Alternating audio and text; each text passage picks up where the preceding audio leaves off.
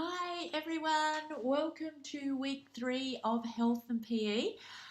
We've had a huge week on the discussion board this week, which is fantastic to see. The assignments look like, from what I can see from the questions on the DB, like they're coming along really well and everybody's got a pretty good understanding of where they're going with those assignments. So that is fantastic. If you are trying to work out exactly what teaching strategies fit where, it is really important to go over the chapters and the modules because they explain everything in great detail. I know Jasmine has been going and doing a lot of extra research. Um, just pop in there, wait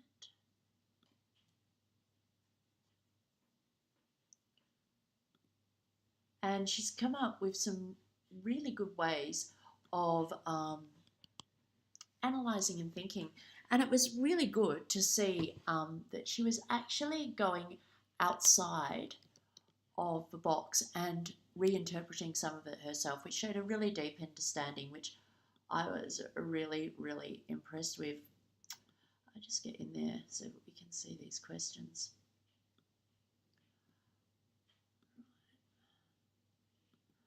Anyway, just go off there now. The other parts that we've been working on, and I'll come back to Jasmine's thing there, it seems to have disappeared, which is annoying. I've had so many emails. Here we are. Fantastic. All right. So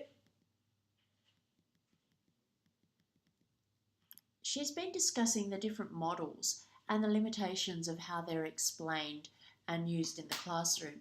This is really important when you're doing this assessment because if you are not able to justify, that's where the problem comes in.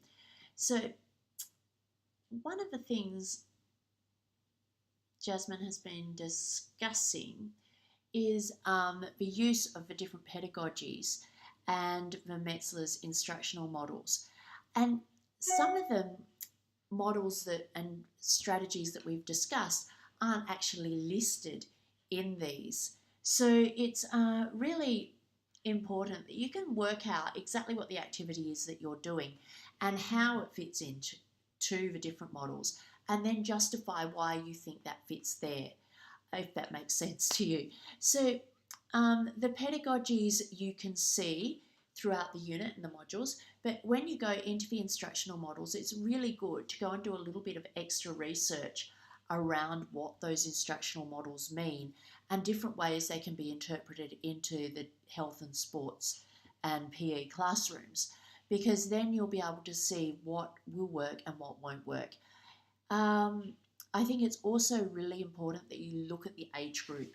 So in the first scenario, you've got the little people. It's when you look at the instructional models, you've got to think, and I know some of you haven't had any experience with early childhood, so it might be a good idea to talk to somebody who has had experience with early childhood because they learn very differently.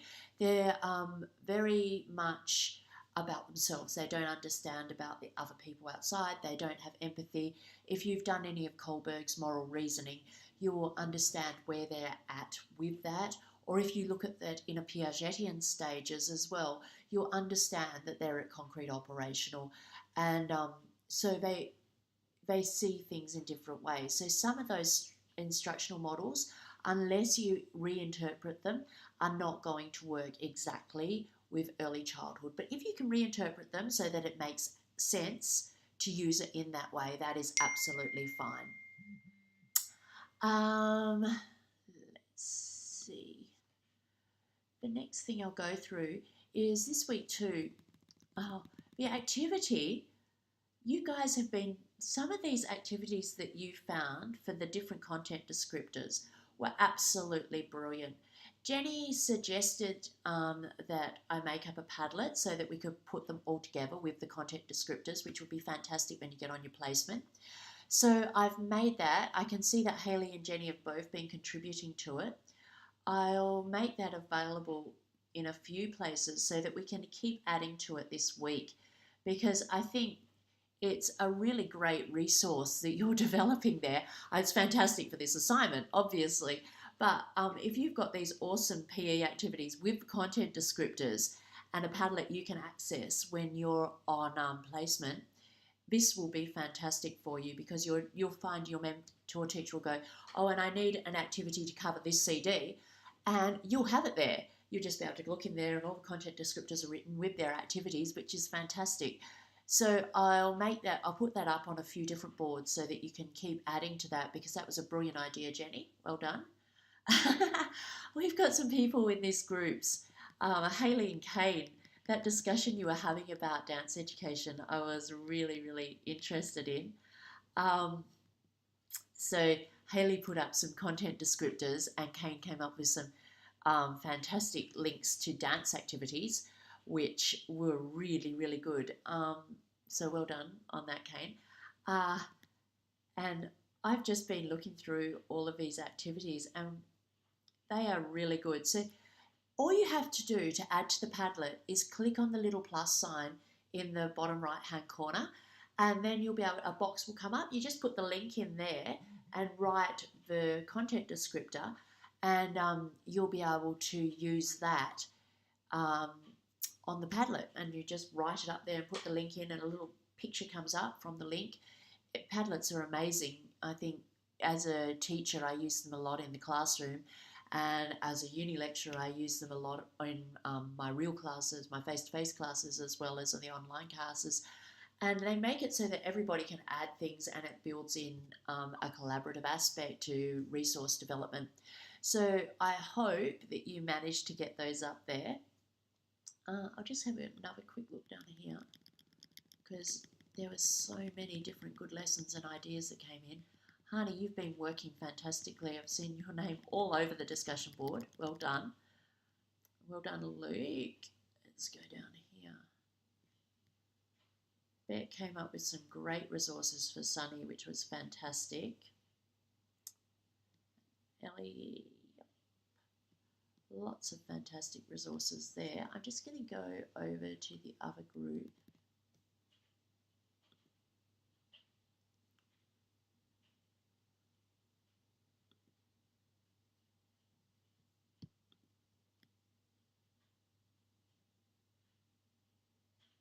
So Lizzie, you've popped some great resources in there, and Vicky's had some wonderful ideas, and Rahima, well done. We need to get that Padlet filled out from this group as well, so I'll pop that Padlet into your group, and I'll pop it into week 3 as well, so that you can keep filling up that Padlet, and that will really help you with your assignment. Alison's put some content descriptors up there yesterday, so if anyone wants to get in and find some activities for her, that's in group 2, that would be fantastic. Yeah, I'm really, really happy with how you're all going with this. If you've got any more discussions on the assignment you'd like to put in, that would be great. But from what I could read in the assignment thread, people pretty much had that under control. The main thing is making sure, as you would have seen at the Collaborate, is just making sure that you've come up with something for all the scenarios. So you've got something for the early childhood scenario, then you've got something for the other scenario which covers both the activity and the sport. So obviously your pedagogical approach is going to be completely different in the activity, because you're trying to develop different skills and teach skills, whereas out on the sporting field they're actually embedding those skills and practicing those skills, as well as many other skills that come out from when you're working or when you're playing sport, and therefore it's a completely different pedagogy. Try not, I know I had some people with questions of trying to keep the same pedagogy going across both, but that would be impossible. Yeah, so I think I'll keep an eye on, once again, that discussion thread on the assignment, so that those questions are answered really, really quickly. But yeah, keep up the great work. I'll put Padlets in both this week and week 3, so you'll see it again there.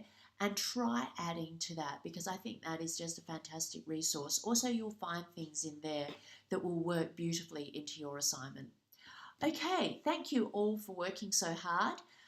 Keep up the great work, and I will chat to you very soon. Bye.